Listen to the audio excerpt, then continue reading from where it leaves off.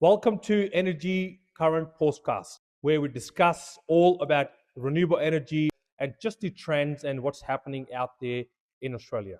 This time around, we have our very special guest, one of my good friend for a long time, and a guy who's been in renewable energy for a very, very long time. Mr. Kosta here, the founder and director of Trade Connectors as well as Solar Cutters, famous pretty much all the people in the industry know solar cutters, and of course now he introduced trade connectors, which I will let Kosta give a quick introduction about. So Kosta, very warm welcome to Energy Current Podcast. Very good to have you. Thanks, Lee. Yeah, it's really exciting to be here. I've heard a lot of good things, and we've known you for over a decade now. Like I started in renewable energy in 2012. Yep. Long sort of time. I always consider myself one of the young ones in the industry, but I guess now, as I guess where time goes by and the grey hairs start coming, we're some of the more experienced people within this industry, and it's just filled with so many great people. And like you, it's something we don't want to sort of leave. So yeah, so as Lee sort of said, I set up sort of solar cutters in 2017. So this is coming up towards our ninth year of that. Solar Nice. cutters was as a community that sort of started as an online forum to bring solar installers and professionals together within the industry to find an outlet or a platform for them to connect, to collaborate, to troubleshoot problems. The forum grew on Facebook predominantly, and it's quickly become, I guess, one of the most active places for professionals in the industry to find out information, to collaborate with each other, to pass critical information on the industry and on standards and practices within that group. Recently, the last 4 years, we've also been getting out on the road doing training road shows with CPD content and technical content, and bringing people together all over Australia. This year, we're doing 15 of those events around the country, and just getting around everyone, just celebrating the culture of what solar cutters is, and I guess trying to promoting that quality workmanship and that on the quality selling. Um, Improving customer experience as well, which is, I guess, ultimately what we're sort of trying to do and grow our industry and support our industry. And I guess it's connecting good people together. There's so many good people in the industry, and that's something that I'm really passionate about, and Solar Cutters really passionate about. And that's the type of people we are, and it's really exciting when doing that. 10 years next year, so got to think of something big to create and celebrate that. I've always wanted to do a boat party, Lee, but Melbourne doesn't really allow for that. The Docklands isn't Sydney Harbour, so we're going to think of something special to do for our 10-year celebration. It's a shame because I think Docklands used to do it quite a while. I've done a few board parties and Yeah. like a corporate events in Docklands on the boat, but I know this could have been changed. That was Yeah, three, four the years ago. Balti Bridge isn't the Sydney Harbour Bridge, I guess. It's not really the same, and you can't really go to the Yarra. Like you don't. The only thing you see in the Yarra is maybe a couple of bodies floating around, right? So Not that's ideal. Yeah. and that's solar cutters. And yeah, the last sort of couple of years in the background, I've been building this other business called Trade Connector, like you mentioned. Basically a business-to-business platform to connect licensed trades, whether they're electricians, whether they're plumbers, whether they're HVAC guys, whatever the trade are, with businesses. So with solar retailers, with hardware suppliers, with manufacturers, with hospitality groups and real estate agents and community housing, and or anyone that needs a licensed trade. So a business-to-business platform to connect them. Well, Yep. we manage the delivery for the retail and for the trade. We help do trade management. The trade does scheduling. We assist them with their compliance. We verify them. We vet them. We keep them accountable to a rating system with the end customer as well as the other party they're interacting with. So we're building this sort of system that's got job management, trade management, and compliance, and scheduling, and all these sort of features that essentially help a business improve the delivery of their systems. So it's helping businesses scale. It's helping businesses potentially reduce some headcount and invest in a platform like Trade Connector, so we can help them grow and connect them with contractors who have been vetted and verified and able to do work for them that might not have the relationship to do so.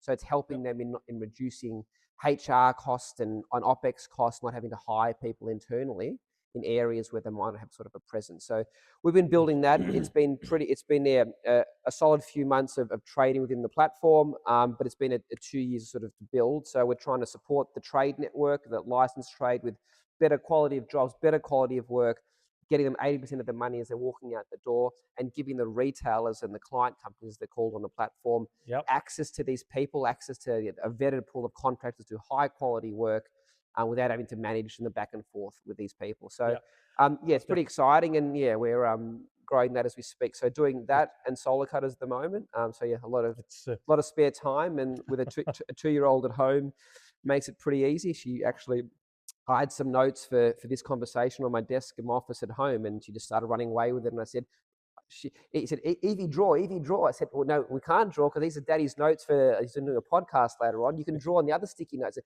no, no, no, they no. only want that I one. want that one. Yeah. I said, I'm going to give you a It's brand new one, not the scribbled one. So, yeah, a lot of things are challenging, it's but life evolves, and it's it's really exciting. And it's good to see, I guess, it's where you sort of ended up now, and that your sort of career growing in solar and renewables. And 100%. you're been always around, and now you're doing it, giving back in a different way. 100%. And I want to dig more deeper on the trade connectors as well for our audience listening in a bit later on, the why it was a need, because I definitely have seen there was definitely a missing puzzle piece which you have currently resolved for Costa. And of course, at Amazon Energy, we have tried it. So we're going to dig more deeper into that context. We got some funny stuff here to sort of start with is how Lee and Costa met. Yeah, I was thinking about this because yeah, like it's like where was it? Because I was on the business to business wholesale side of solar originally, and we were always at the same sort of events, whether it was a networking event or a party or some sort of gathering. You would always be there. Like you always sort of see there with your nice sort of flashy suit jacket. Like you always dressed the part, and I always said like, "Oh, it's this guy again." And we started to build that connection Yep. from then. I can't remember the first encounter unless you I can. But what don't one of these really remember. events must have No, it been? must be those. And there could be the solar cutters. Obviously, I've Yeah, attended tons of solar cutters yeah. in Sydney as well, or one of those, smart energy, and I've just been in the industry for a while. Mm, We always used to bump into each other, say good day, what's going on, yeah. have a little chat. I don't exactly remember where, but Yeah. it's a bit of a Yeah, mystery. you're always in the same sort of circles, and there's so many good people in this industry, and like you do sort of circulate industry people as well that go to these events and they travel around, and there's a growing appetite, I guess, for these people to connect. And some of us might even we live in the same city, but might only see each other like 2 or 3 times a year at some of these major events. So it's always good to see where people are at, and I guess where people are at in their careers or in their lives, and things move sort of pretty quickly. 100%. And now we're going to dig more deeper into the bit more deeper into the renewable energy industry in Australia. I want to hear from your perspective, of course. Uh, what changes have you seen since you sort of started by back in 9 years ago in solar cutters? What changes have you seen in the industry, product wise, and just the compliances? And just give us a bit of a summary from your perspective. What key changes you can highlight? Yeah, I guess from like an industry perspective, it's evolved a lot. Like when I started with Energy Matters and Apollo Energy, the only batteries we were selling for off grid applications. They were lead acid or they were gel batteries. It's, It was stuff out in regional areas where they didn't have access to power. That was the only solution, and it would cost someone 30, 40, 50, 100 grand to get power out to these sort of places back then with that technology. You sort of fast forward now to 2026. Yes, that technology still exists, but you're getting a it's lot of these manufacturers creating a lot of lithium technology now that's got hybrid applications as well as off-grid applications as well.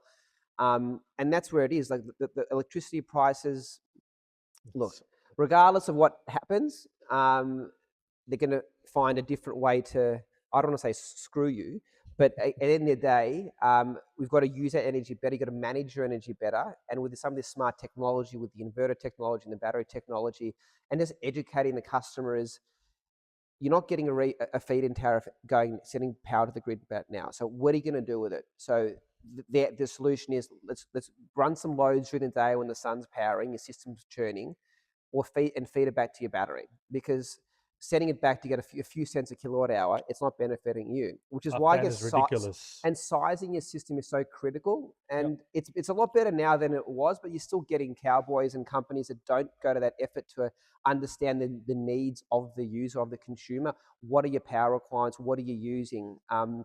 We always did a lot of load profiles back when doing sort of off grid, like understanding I want to be running my TV for 2 hours a day, and your kettle, your toaster, and whatever these sort of things are, so you can understand properly the requirements and when people are using it, if it's getting interval data and understanding exactly when Yeah. power is being used. Because too often we see, and the rebates are great, it allows consumers to get access to a solution they might not be able to get access to in the past, but it does attract people that might be a bit more scrupulous or a bit more one size fits all to someone that might not need the system they're sort of selling. So I guess it's really critical to partner with the right retailers, which is what we do obviously at Solar Cutters and with Trade Connect, and obviously what you're doing in your business Hmm. is understanding their customers' needs so you can size the system correctly, so you can get that better return on investment, that better payback, and you're not needlessly adding battery capacity when you don't. If an old mum and dad are using 10 kilowatt hours a day and like you want to sell them a 40 kilowatt hour battery system, it's like, well, hang on, like you could ask that question, like why?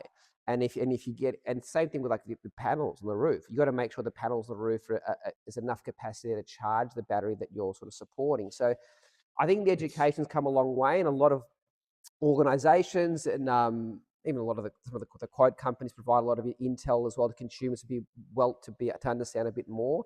But it's getting that trust from a retail and having those conversations, that them asking you the right questions so you can actually get a proper system that's going to suit you. And the proper system might be different than you think, but you'll know it'll be based on what your needs and requirements are. So I think that's a critical thing that has evolved, and with the rebates can get sort of blurred a bit, which I guess is really important to sometimes take a step back and understand what those situations require. Yeah, 100%. For us at Amazon Energy, for us in my sales training I do on a weekly basis to my team is all about not one size fits all. Mm, So that's what sort of where we come in as a word more educational company rather than just like, hey, you go guys, you're looking for a quote, we're going to give you a quote, beat the price and win the mm, deal. That's not how we do it. mm. You know, that's why we run the training with the sales teams and make sure the customers are educated what their needs are and what their requirements are. Yeah. So we again look at the interval data, we look at the power bill, we ask the question, how Mm. many people living in the house, what your energy usage could be in the next 6 to 12 months or two And years. that's a critical question. Like if because and people get caught at it all the time. Like, oh yeah, I'm installing a couple of split system air cons in summer and stuff. Like, well, hang on, like that's something you really should be declaring now as we're sort Yep. of planning. But and that's the thing as a consumer. Like these are the questions you should be asking and understanding why the solution and why the quote has come in as it has, and why the system size is going to be suitable. And they're simple things. They're not hard questions, but it allows you to get a better solution. Yeah, and also build a trust with the customer. Mm, Can you asking this question from the customer from the get go? mm, They can differentiate. Now we got AI, ChatGPT pretty quickly. They can put on some stuff so they yeah, can understand which company is more about giving them a solution rather than a sale. yeah, correct. So that's where we'll Yeah. dig more deeper into the industry as well. Mm. Um, we touch a bit on that bit of stuff. And what are the common mistake when you see people or retailers are currently doing just in industry in general, where Mm. you think they could be doing it in a bit more, again, we discuss educational way, Mm. but more on the technical side, on the install side, which I think where Trade Connectors come in place, is really doing a quality control of the install. Selling is one thing, installing is another whole different ball game. Yeah, and there's still a gap between retailer and contract, and that's, I guess, a gap we're trying to bridge with the Trade Connector, because everyone has a different perspective and different understanding sometimes on what's included or what's not included. So we're working really hard with our retail to create detailed job cards, detailed inclusions and exclusions. So as a contractor and and delivering a system through our platform, you don't want that back and forth. You don't want those variations. It's all this stuff is bad customer experience for the end customer.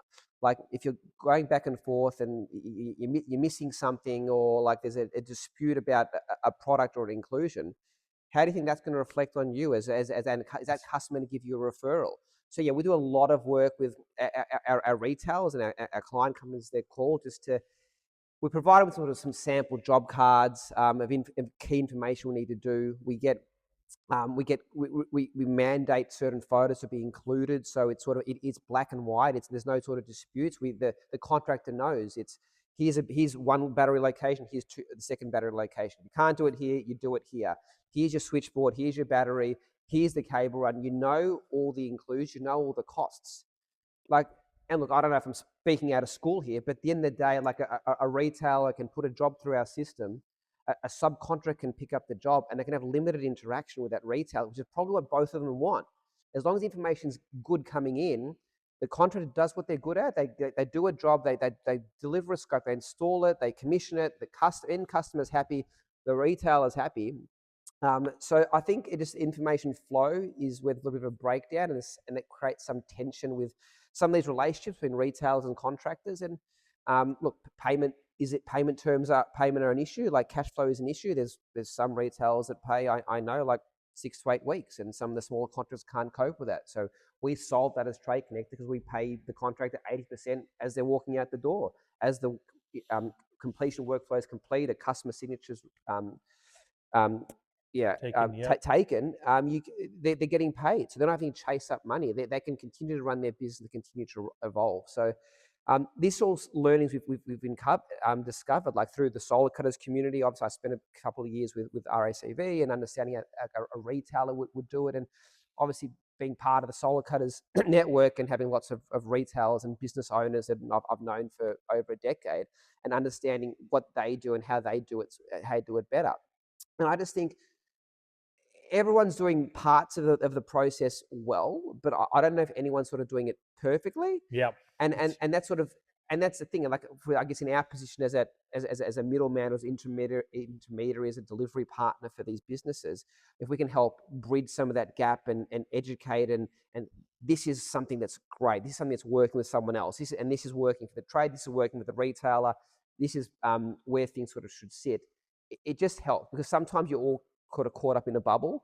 And I guess having my solar cutters hat on and a Trade Connector hat on, you're dealing with contractors and retailers all over Australia. So you've got different perspectives of different markets, of different obligations. Compliance is a big thing sort of now. Like, there's lots of changes and different mandates. Labeling is always a sensitive topic.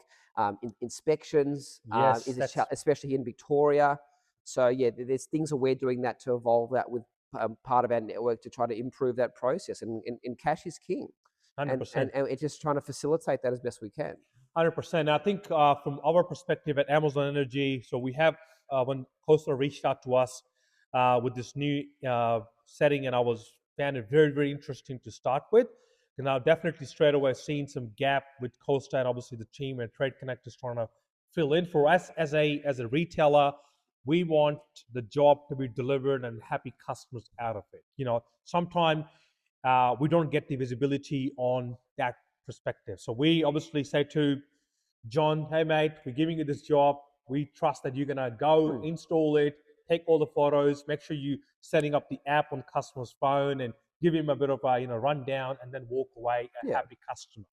So we can get nice reviews, more referrals out of that customer. Yeah. So we do 50% of our job by selling it or providing a solution, and other 50% job is done by the installer. That's where the customers become a happy customer. Yeah. So what challenge we felt was facing in Amazon Energy was, again, we're giving out the job to our trusted tradies and trusting them to do the right job. And sometimes there was a miscommunication between the customer and the installer, and installers were not really doing what they're supposed to be doing, cutting corners. Some, especially it's a bit of an older community, they want a bit of connection. Hey, sit down with me. I don't really know what the heck this app does, or connected to the phone. They want that bit of thorough. And installers, are always in rush. I want to get out of here. Yeah. I'm done my job. You can call the company. As much as a lot of them are great people, like I wouldn't say the majority of them want to sit down and have a cup of tea with the customer. I doubt that, And that's where the customers are like calling us and saying, hey guys, your installer's out of this job. He hasn't set up the app. My internet is not working. The system is working? I've not been given any rundown at all.